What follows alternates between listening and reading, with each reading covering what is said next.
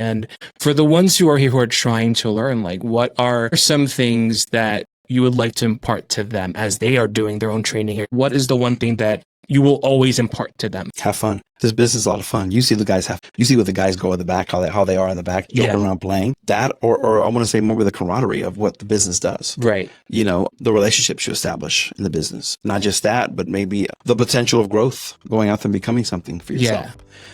Be able to play a character, play a role that you're not accustomed to. It takes you out of your comfort zone. You become something that you're not, you know? So there's a lot of aspects that are there for the guys who are going to be, why they love doing this and why they want to keep doing this, because I tell the new beginners when they come in, I say, our training coming in, you're about to do the hardest thing you've ever done physically in your life. I also tell them that you're about to have the most fun you've ever had in your life too. And sometimes I don't connect it because you can't connect fun and hard, but they finally later on are like, oh wow, now I see what you meant. Now it makes sense. Yeah. All right, we are ending the PGTK podcast. We have a Hall of Famer. We have the head trainer of AAPW. We have Pap Don Ray Campos to end our season for the podcast. How are you, sir? I'm doing good. Thank you for having me. Finally. Fine. So I have been told that you were in the business for 29 days. No. I think that's how I made it on your show. So how long have you been in the wrestling industry? This September will be 29 years. Okay, awesome. So like one thing I noticed too, what was the one moment that you say, hey, this is going to be my career moving forward? It had to be the day that I saw the guy, the competition that was out there at the time in the 90s, that I said, I can do what these guys are doing and I can do it better. Right. And it was a challenge for me to push myself. And I did. And that was it. I said, this is it. This is a life for me. I noticed too, because I was reading a lot of articles in terms of how wrestling builds confidence. How did confidence become such a factor in your wrestling career? Because I was able to be somebody that I was not in real life. Okay.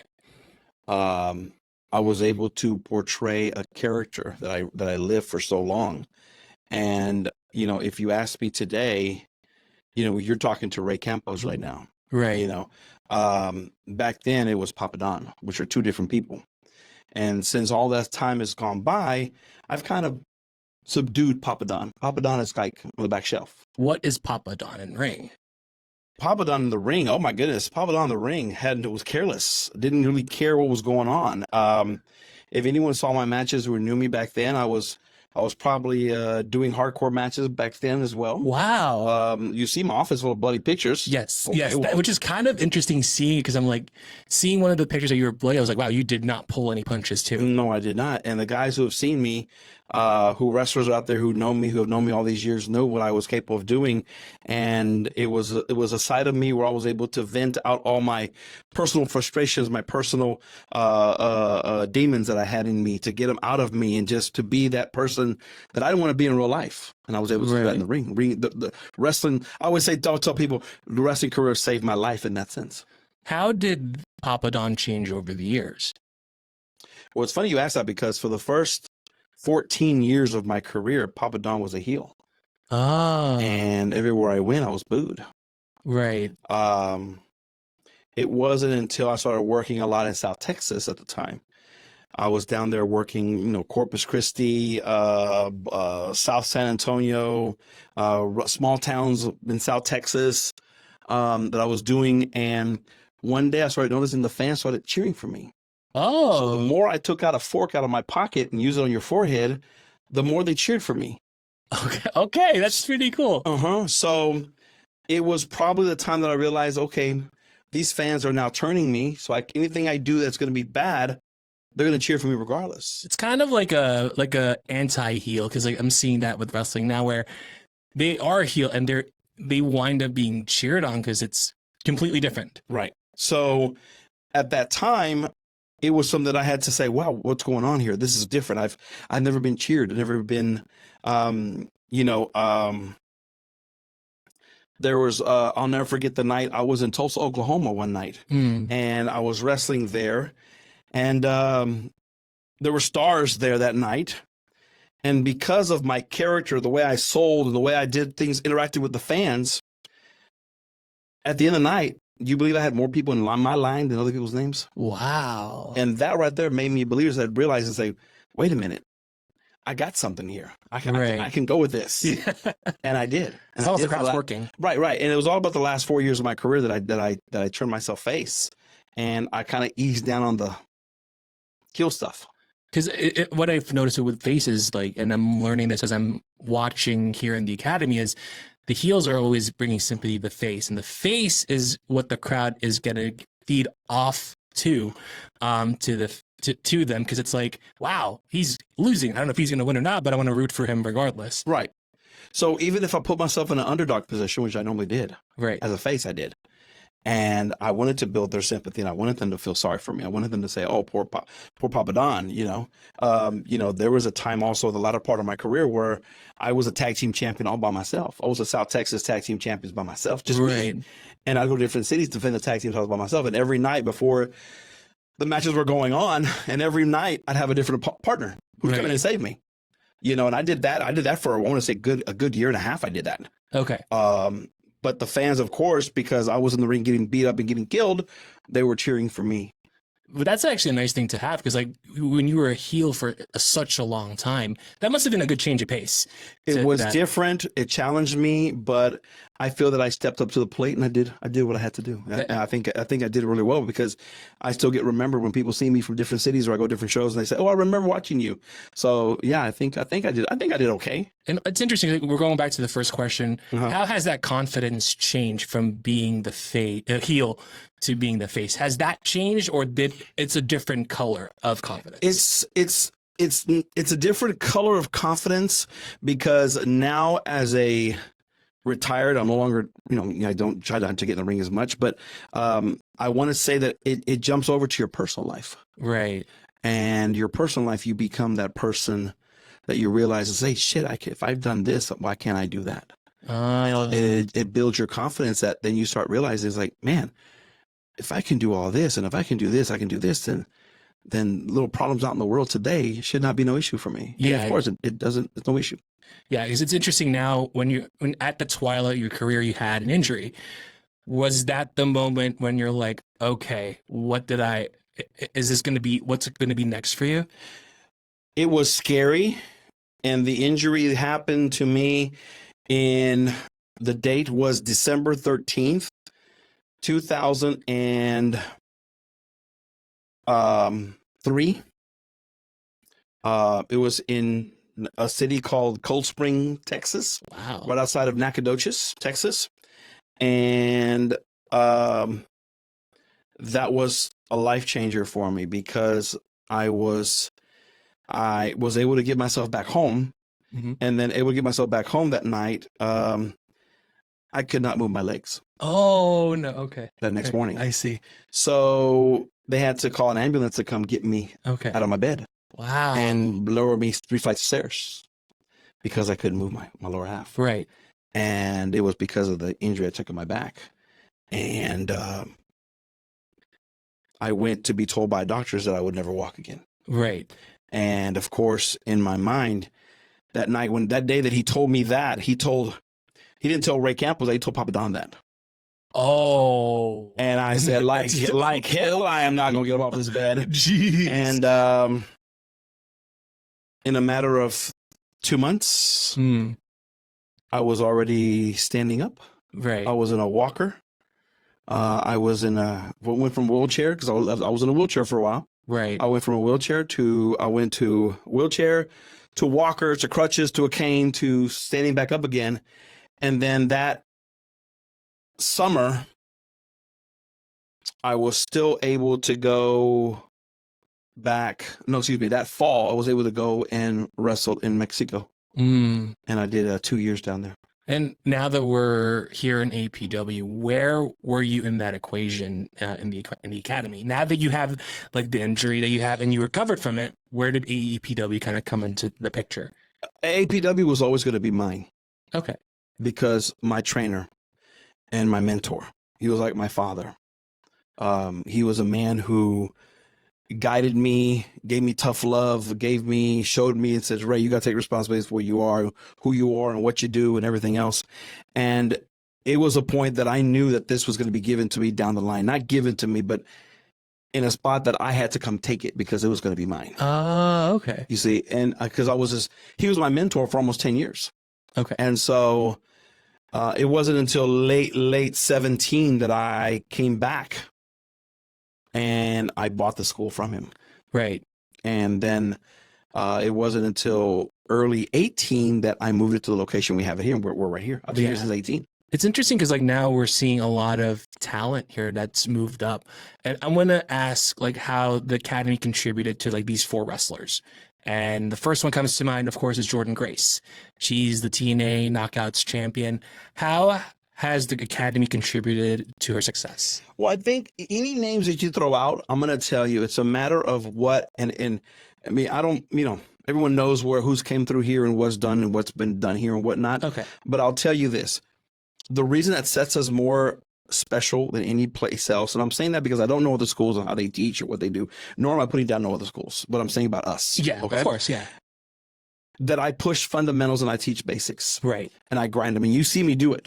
Yes. You see me grind it in, teach it to the point that these guys are probably sick of hearing it, sick of doing it, sick of seeing it. They want to do something different. And I think I push that so much that I'm so into teaching the basics, the fundamentals, the foundation of professional wrestling, that anyone that comes out of the school and goes and works somewhere, wrestles somewhere else, they're going to see that these guys that come from here know their footing, have their placement, they can feed, they can, they can work with anybody. Right. And it's because of the fundamentals that were taught to me. My trainer who taught me used to wrestle in the 60s and 70s. That's very old school. Okay. So I teach now that same philosophy.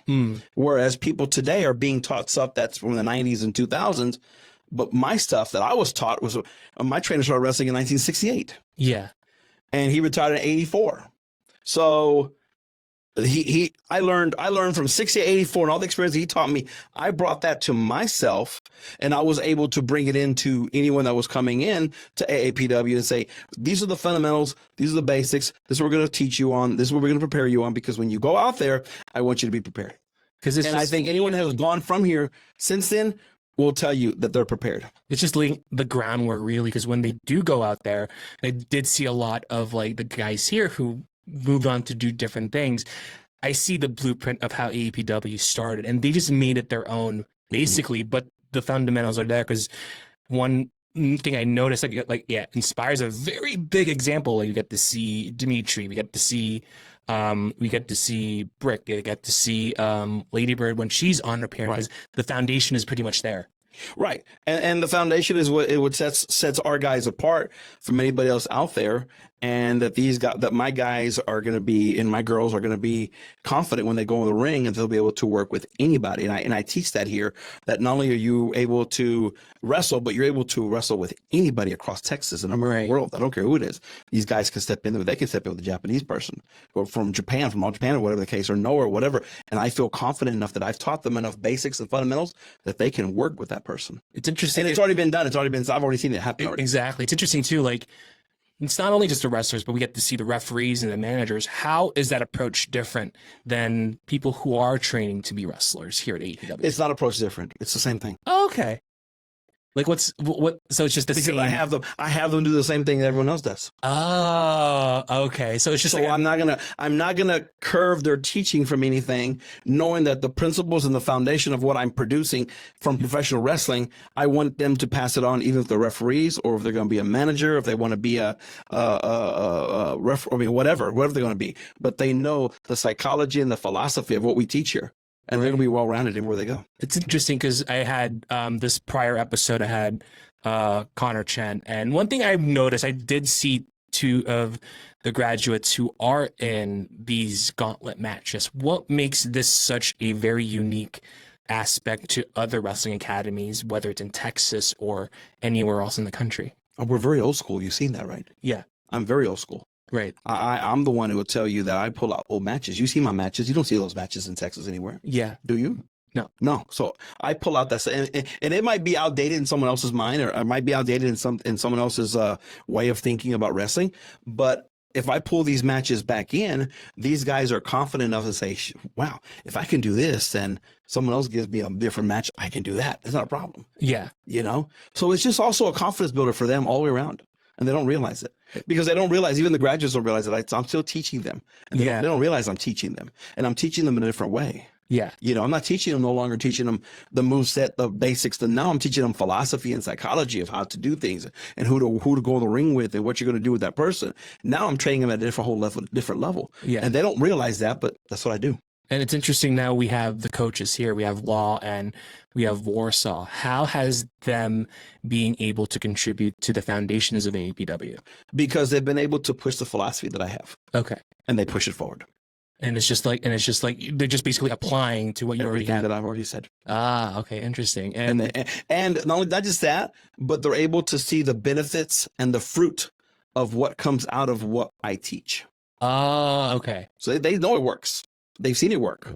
So they're gonna do it, because they're like, I've already made them a believer. I'm like, I can give them stories of this and this and this, and they'll say, man, Pops, you were right. We saw, we went to a show somewhere in San Antonio, and we saw exactly what you're talking about. Or we went somewhere in Houston, and we saw exactly what you're talking about. And it's like, I'm not lying to you guys. I'm not lying to you guys. And you always tell the truth too. It's like, it's never like through smoke and mirrors. It's what you have, and it's at face value. But that right there is experience. Yeah, exactly. That's what that is, experience. That's all that is, experience. Yeah. You can't tell me something that I haven't already seen in the business, or I've already done in the business.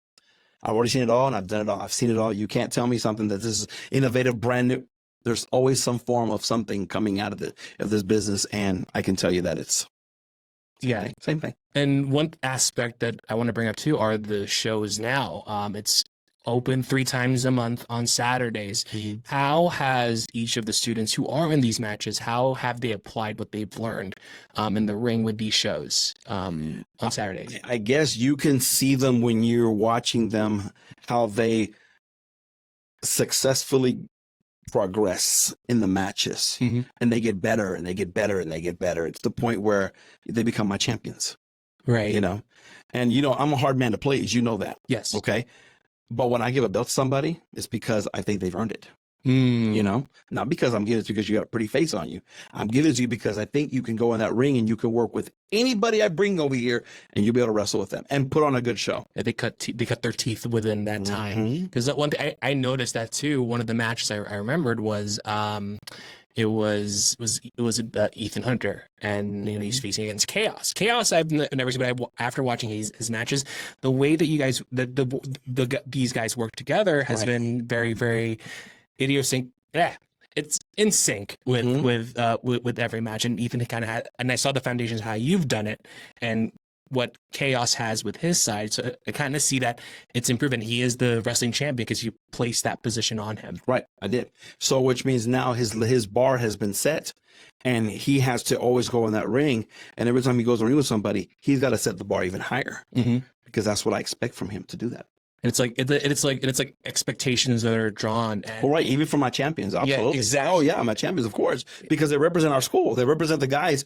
They represent people that come from me. They represent their past graduates. They represent everybody. I mean, it just represents the history of the school. Yeah, and it's interesting. One part of that is production, and you have like Greenback, you have Mac Monday, you have Eric Bador, who has his own time and experience in broadcasting. How did that amplify the experience on the shows on Saturdays? Those guys have been a blessing to AAPW in the sense that they've brought in their own unique touch, and their own unique touch has given AAPW more flavor to the point where now people can say, oh, I'm entertained by the announcing and by the matches. Right.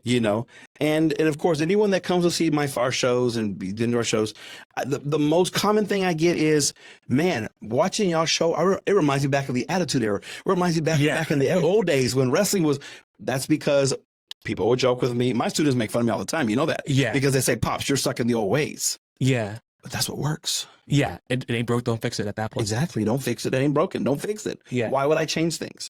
Why would I make it every match be a hardcore, which I'm not knocking those, but why would I make that match? Why would I do every match be the same thing? People come to see different. People come to see something. They want to hear a storyline. They want to know, people don't realize that what professional wrestling is. Yeah. It's a soap opera. It is, yeah. Yeah, and it's a male soap opera.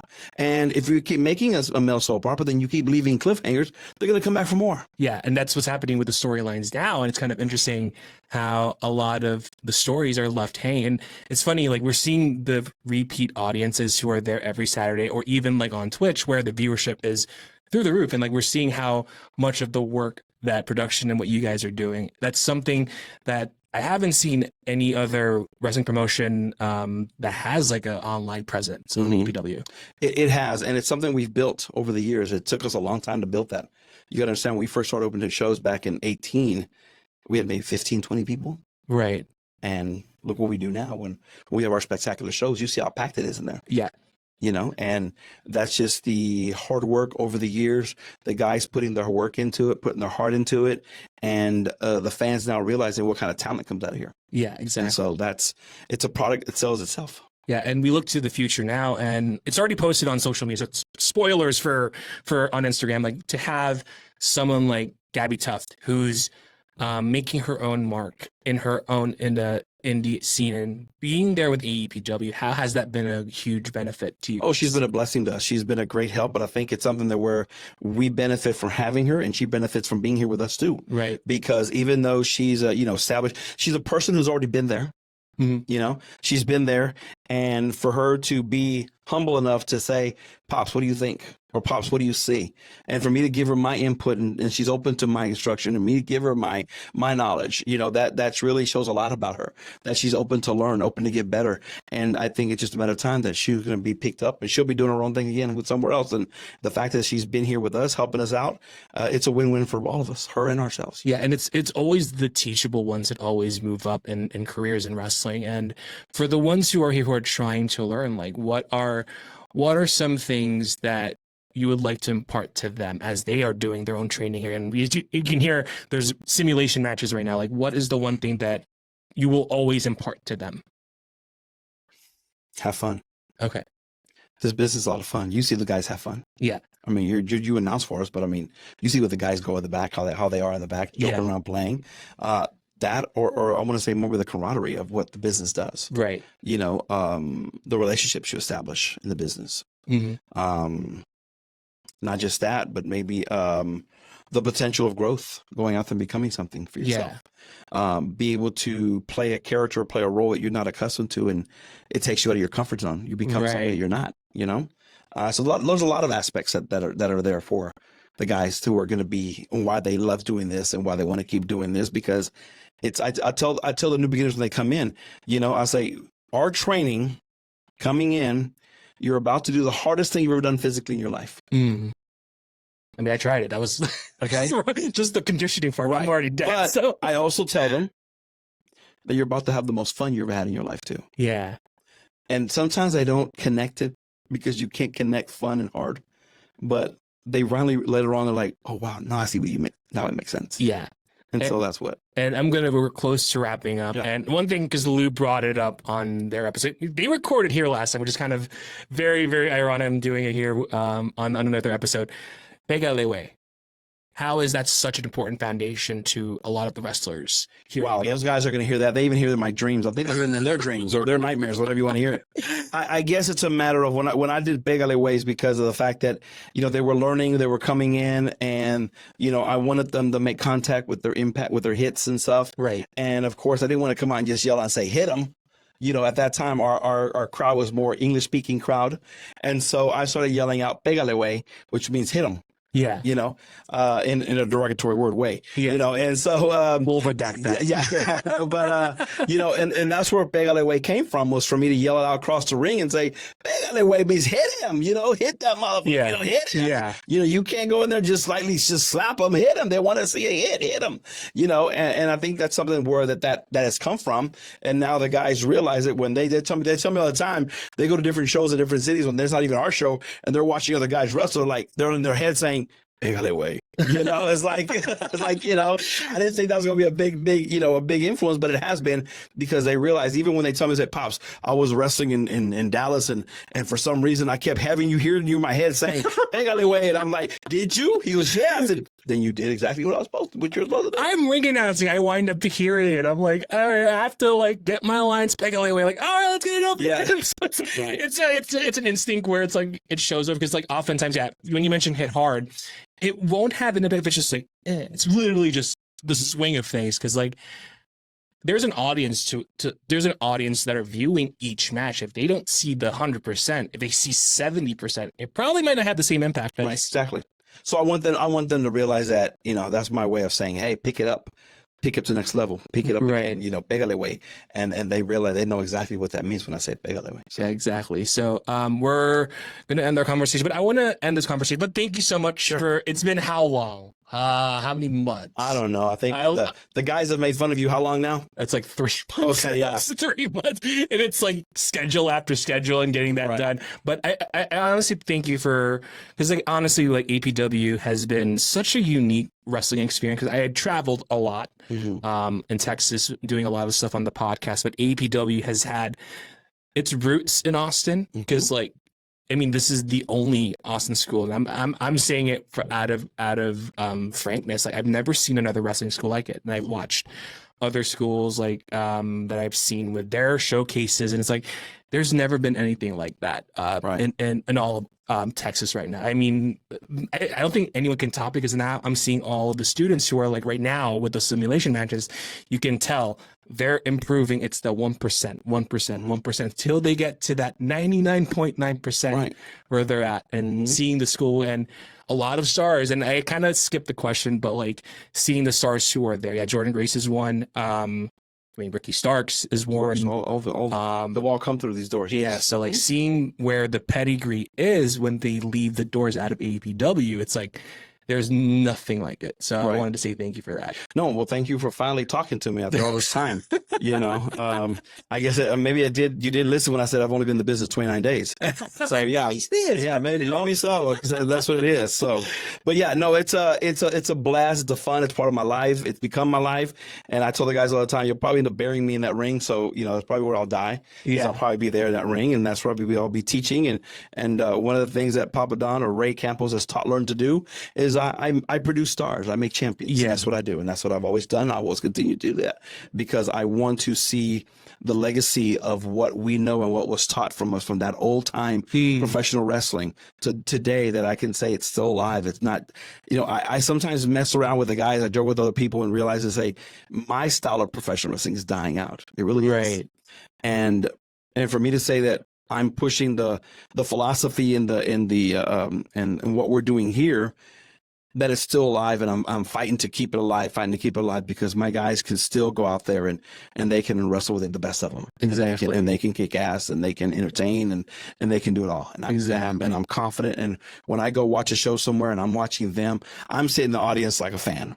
Right. Because they know I'm the number one fan. I'm all these guys' number one fan. Exactly. You know, I'm cheering for even my girls, you know. Even when I go watch Verd, or I see Jasmine Lore, or I see Lady Bird, I go sit in the crowd and I'm watching them and I'm rooting them on like they were, you know, I was a fan. Because in my heart, I'm still a fan. Even though I was their coach, I'm still their fan. Exactly. So we're going to close our conversation. I'm going to end this conversation with this. So I'll make it short because I know you have your matches going on. But if you were in the same room as a young Ray Campos, in an adolescent age, what would you like to talk to him about? Oh, now you made it personal, dude. Shit. Okay. You started off as a fan, right? Yeah, I know you're gonna turn that on me. Okay.